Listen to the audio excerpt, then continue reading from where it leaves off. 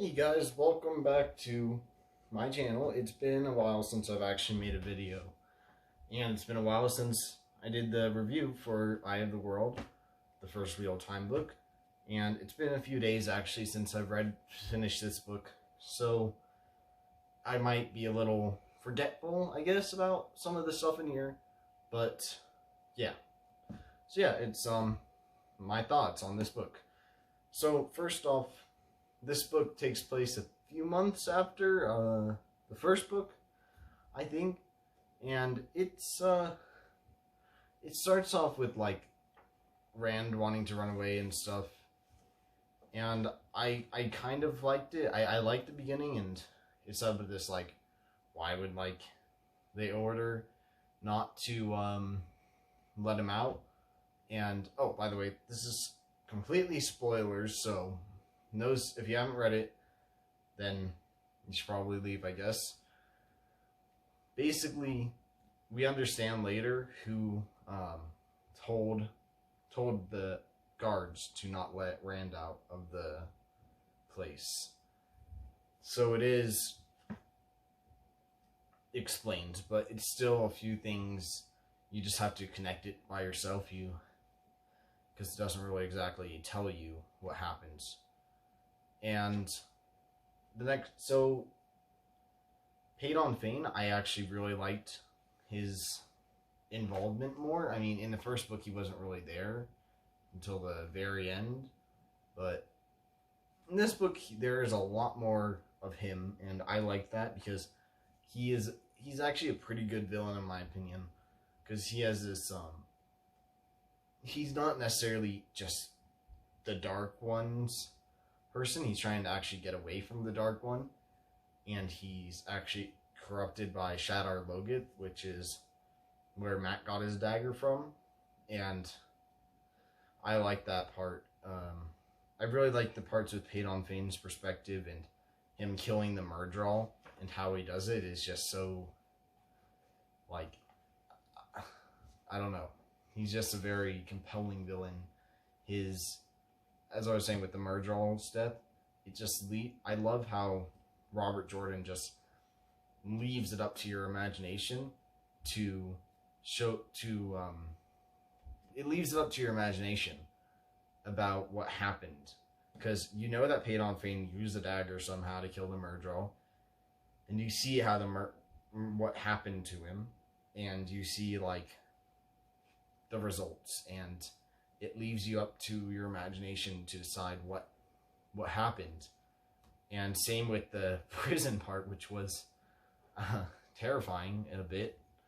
It is the part where Paedon Fane escapes from the dungeon, and it doesn't explain what happened, like how he did it, but the results of it, like what happened to the guards when he afterwards, is terrifying, to be honest, the result. And it just really shows you how, I don't know, disturbing Paedon Fane is.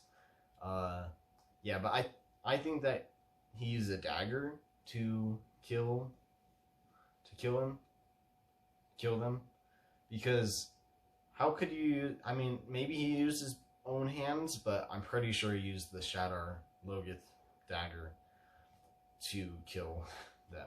So yeah. As to who actually released Paedon Fane from the dungeon, it could be Liandrin, because she's the Black Ajah, apparently, and Ingtar, because he's a dark friend. He was a dark friend. And yeah, so I'm not completely sure who let him out, but it was one of those two. So, I think this book, here, I'll get to the ending later, but I think that I really like the Shienaran, like, culture, I guess you could say. Like, the Shienaran culture was pretty interesting in my opinion. The whole, the women's, apartments, and how they have these rules, like, for men to like have to ask, and like the women do it in their own time. And there's some funny parts in this book. Like, I actually kind of like laughed a bit when Algamar, which I really liked his character, he was pretty cool. When Algamar was saying, "Oh, we have to respect their rules, even if we, like, even if we, even if they're stupid or something." He's like, "We have to respect their rules, even if they're stupid." And the women, like their reaction is so like funny. They're like surprised and they're like, "Yeah, it's pretty funny." There are some funny parts. Yeah, I didn't really find any parts in Eye of the World funny very much. I mean, okay, a few parts, but there were a lot more funny parts in this. But yeah. So later in the book, the portal stone. I just want to say this because so many, and I mean so many authors and books and stuff are going, and franchises are just like normal. There's one world and stuff, and then suddenly a multiverse, and then it's like, oh, hey, there's a multiverse apparently, and now there's like infinite possibilities and stuff like that, like Stephen King, Marvel.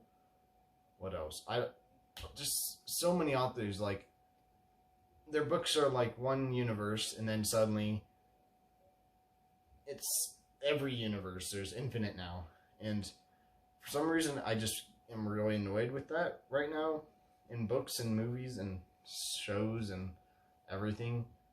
When a multiverse just suddenly appears, in my opinion, it just lowers the stakes for me. Because it's like, okay, well, if in this universe they lose, then that would mean in another universe, then they could win. It's like, yeah, so it just lowers the stakes because I don't feel as much attached to these characters, because in another universe, none of this happened because they were hit by a car or something, and just makes it like meaningless in books a lot of times when there's a multiverse introduced. So I wasn't really fond of that, the multiverse, in the beginning. But I think that this universe, or this multiverse, is different because there's a real world, which is the world in this book series takes place, and then there's worlds that might be. These worlds are real, but they're not really the real world. I mean, if that makes sense to you, I guess. I mean, it makes sense to me when I think about it, because there's the real world, then there's all these reflections of what could be. So it's not necessarily like these other worlds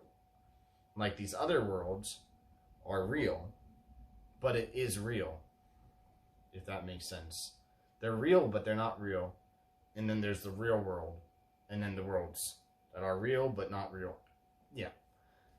I think it makes sense, but like, I'm not exactly fond of this whole multiverse thing, but at least it's not the same old, like, oh yeah, there's infinite stuff, so like if you die, that's fine because in another universe you win. I don't really like that, but at least in this one it was a bit different than the normal multiverse stuff. I think that I really liked Ingtar and Hirin. These two characters who were introduced in this book are amazing, I think. Like, Ingtar, I really liked him. I mean, I liked him, but at the same time, I felt like a bit like he was overzealous for finding the horn. Like, he's like, we have to find the horn and stuff, which I understand. But I just love how in the end of this book, you see all of his motivations in the end. Because you find out he's this dark friend, and he spent years being a dark friend and stuff. And the reason why he was so like zealous, I guess, for trying to find the horn was because he was trying to find some redemption for his time in the dark, I guess. And I thought that was really, really good because you look back on the rest of the book with him in it and you see why he was so in need of finding the horn, because he wanted to find redemption for his actions of the past. And then you understand like how why the guards were told not to let Rand out, and why how Paedon Fane got out, I guess, and how all this different stuff happened. So yeah, I think that we are able to see from the rest of the book how it fits. It's not like it's hinted at, I guess, throughout the entire book, because it's like, okay, so Ingtar is like pretty important guy in Shinar and whatever, I guess, and then suddenly like just all this different stuff adds up to him being a dark friend. So it makes sense. It's not like it's just thrown in there like, oh, hey, this guy was a dark friend the whole time. So I felt that was really good. And I really liked his mini redemption arc, I guess you could say. I thought that was a pretty good, yeah. And Hurin, I really liked his character because, I don't know, I just liked him. He was pretty solid. I mean, he was a side character for sure, but he had a lot of page time, I guess. He was pretty important. I liked him. I liked him. And something I'm realizing about the series right now, or before, is if there's a character who is like just a minor character, like they're under 20 pages of page time, they could be important later in the series. Like, such as the captain of Spray, the ship from Eye of the World that he uses, that they, Mat, Rand, and Tom uses, was really, like, that guy. Apparently, he's now an important character, which I liked him more in this book, I think, than in the other books. Or first book. Why am I saying other books? Because I liked him more because we got more of his character, and he was just interesting. And I don't know, I liked his character. And then his involvement in the end. I'm kind of surprised that they didn't get off on the ship, but oh well. So I'm pretty sure he's going to come back later, that he's going to become an important character later, probably. So I'm excited to see more of him. Now, Geofram Bornhold was, in my opinion, a great character. I mean, he's probably one of my, maybe a little less than Ingtar and Hurin, but Geofram was just a really interesting character. He had this really made me feel for the White Cloaks in a way. I mean, I still dislike the White Cloaks a lot. I really, really don't like them. They just get in the way of everything.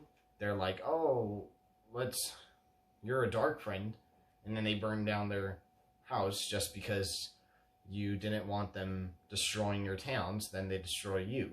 I don't know.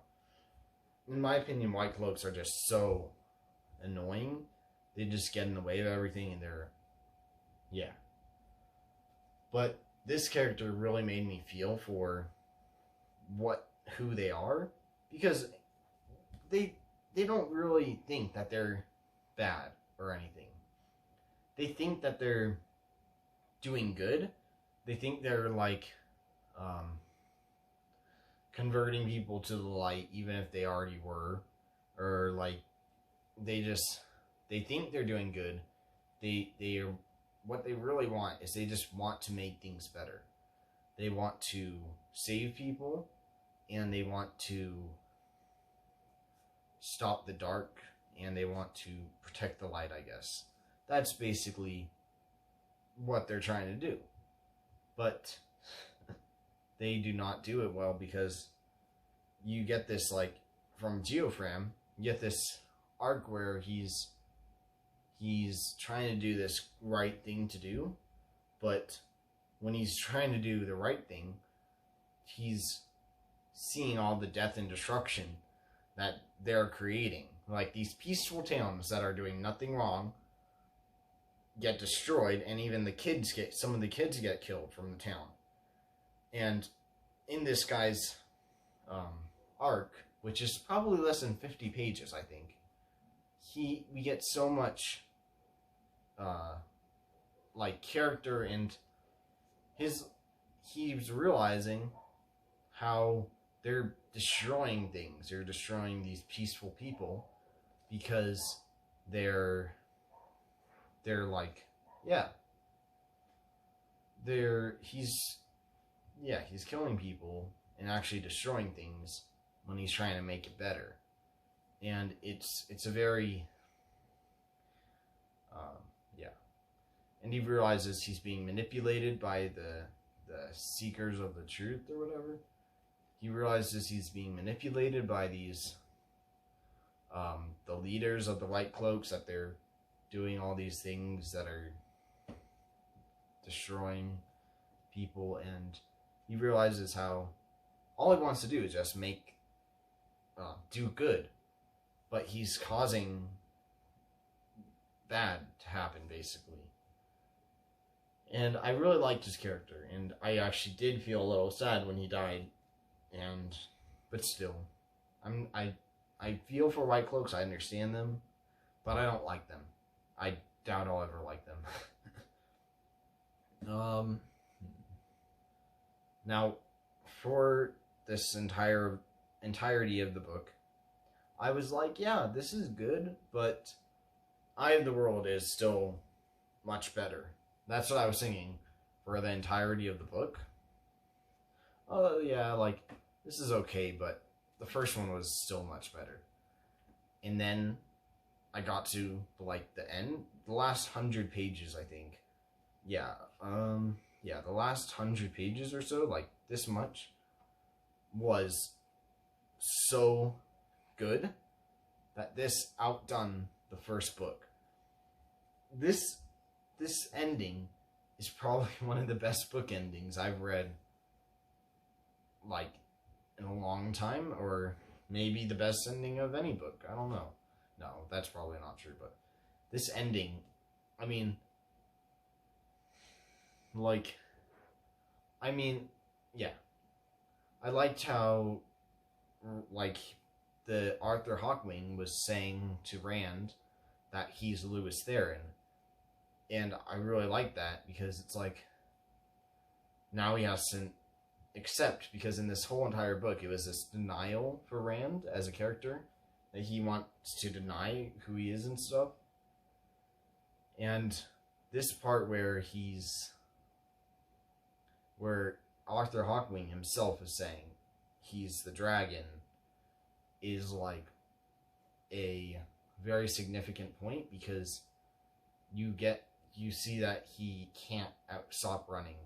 He has to stop running from what he is and who he is, and just start doing what he has to do.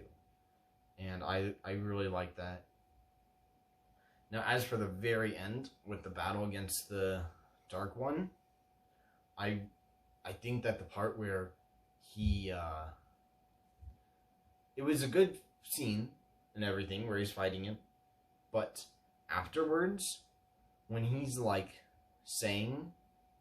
when Moraine tells him that it was in the sky, that they were actually fighting in the sky, I was genuinely, like, shaken, I guess. It was such a surprise, I guess. It was shocking. You had no idea that happened, and, like, everybody now knows he's the dragon. He himself has to admit he's the dragon. and now everybody knows he's the dragon and saw him. And then afterwards, when it shows how the stories traveled, was just great. And just the ending prophecy of the dragon was just amazing. I reread the ending like a few times. It was a pretty great ending. And let's see. What else? Oh, and the Shin-chan or whatever, I don't like them. I don't like them at all. I can't stand them. They're just annoying, and I hope they die, to be honest. Like, the whole slavery thing was pretty, I don't know. I mean, I understood it, but I didn't like it. I mean, I'm not gonna be like, oh, it was so bad. Like, it was like, it makes sense in the world and everything, and it makes sense that they would do that.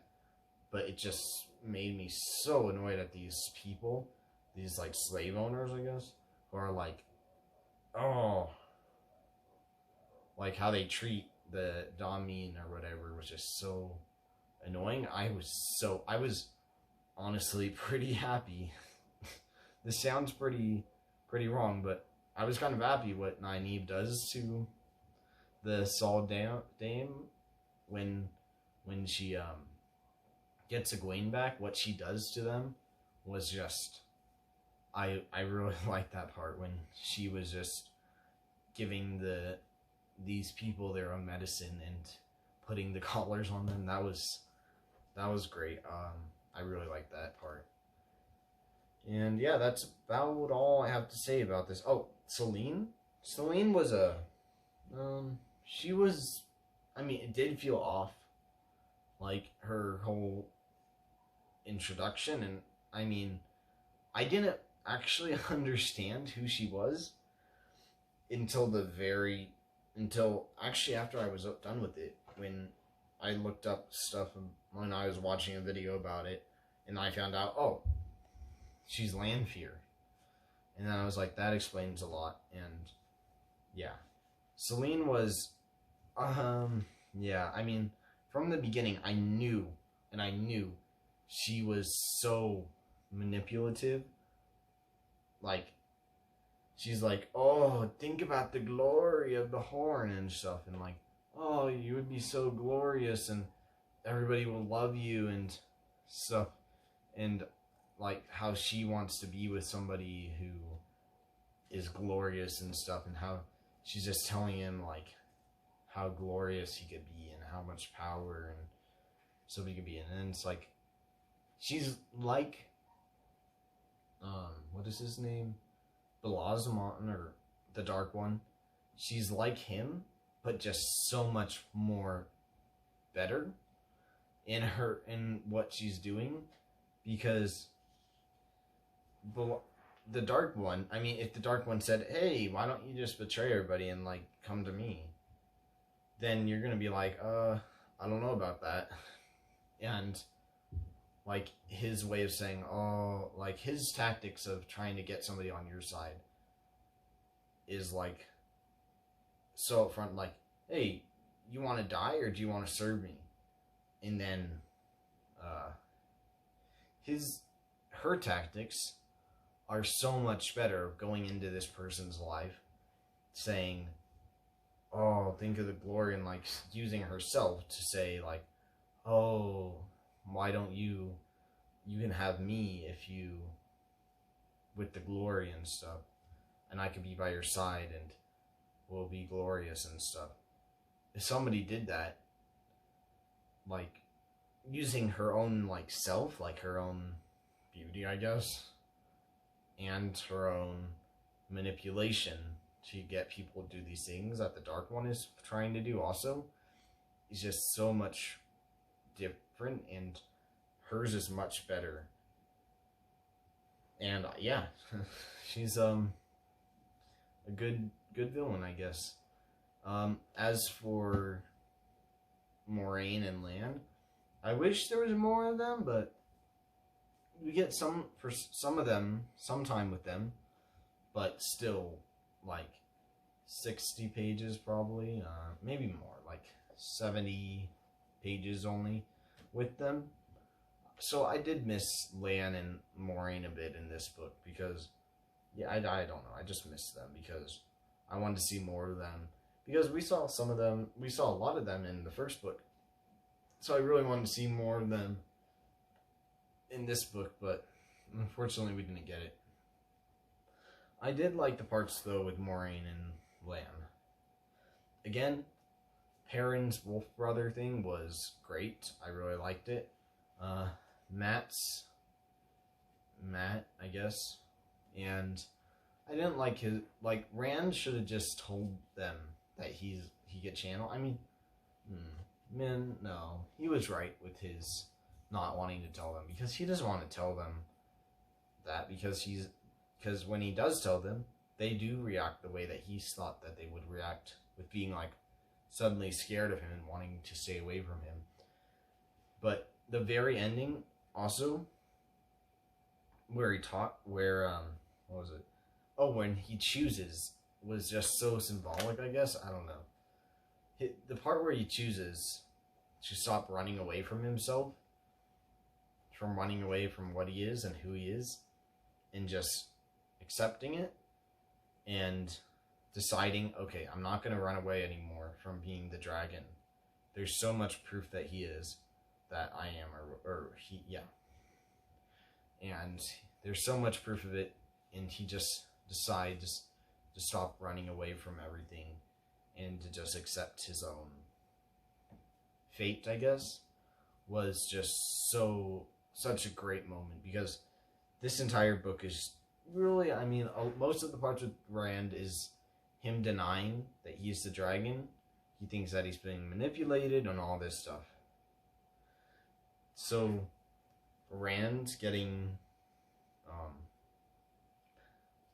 choosing was just such a powerful moment, in my opinion, where he just decides, I'm going to stop running and start deciding, I guess, that who I am, basically. I really liked it. And, yeah, that's about it. So, if you liked the video, subscribe and like, I guess. And, yeah, the Dragon Reborn next.